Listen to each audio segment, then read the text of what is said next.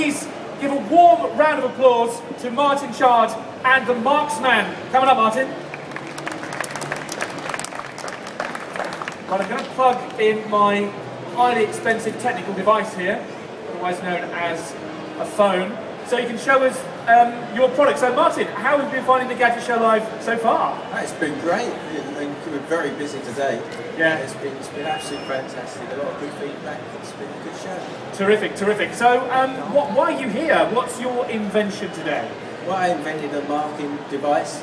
It's for when you put your shelves or bathroom cabinets up and you've got to mark the wall. You tend to use a pencil, and the pencil doesn't always make it to the wall.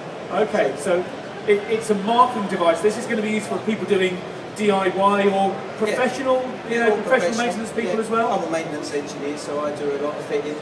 So I'm drilling holes in walls and stuff, and I'm trying to mark the wall where to drill the hole. So you tend to hold your shelf up, of course, and then you get the pencil, you wiggle it in the hole, and it doesn't always leave a mark.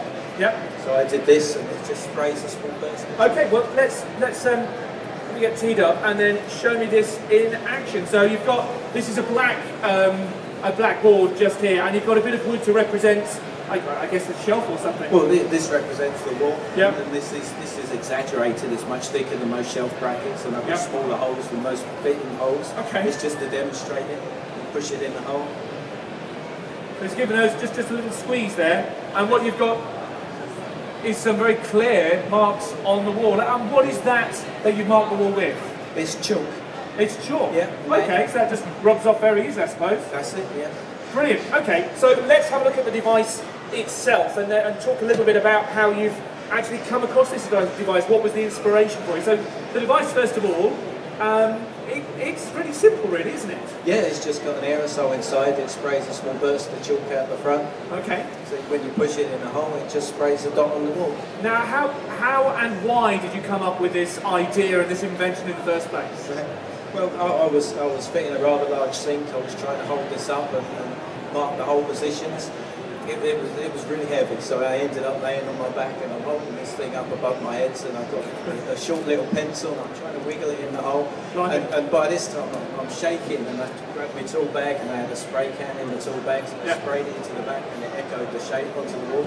Right. So the next day I was fitting a cabinet onto tiles, and I had the same problem with trying to mark the hole positions. So I thought it would be a good idea if I could spray this into the back without ruining my cabinet. Sure. So I put a shield on the front and push it in the hole and it leaves it go. I'm sure anyone who's ever done any DIY, especially fitting bathroom furniture, realises this problem that you've solved here, hopefully. Yeah. Now, in terms of what happens next, did you go and speak to anyone to try and further this idea? Well, last year we won the British Invention of the Year Award. Hang on a minute. You can't just say that and leave me hanging. You won the British Invention of the Year Award. Well done. Round of applause, please. Yeah, and through that we got to some major DIY companies. So we've already got the outlet now. Yep. Now we've just got to get it manufactured. So the prototype, obviously, it sprays white. We want luminous green. I haven't seen many green walls, so that's the colour we're going for. I want to be able to see the dots on the wall before I go back up the ladder to drill the holes. Brilliant. So you say you've been speaking with some large DIY chains, and before they start selling your product, what's the next hurdle that you need to cross? Well, it's the manufacture. Right. So, now we've got to go through the process of getting funding to get all the tooling made up and then get into manufacture. Okay, so it's a funding thing. You're looking for investors, try and find someone to fund the manufacture now? Yeah, we'll most likely go through crowdfunding.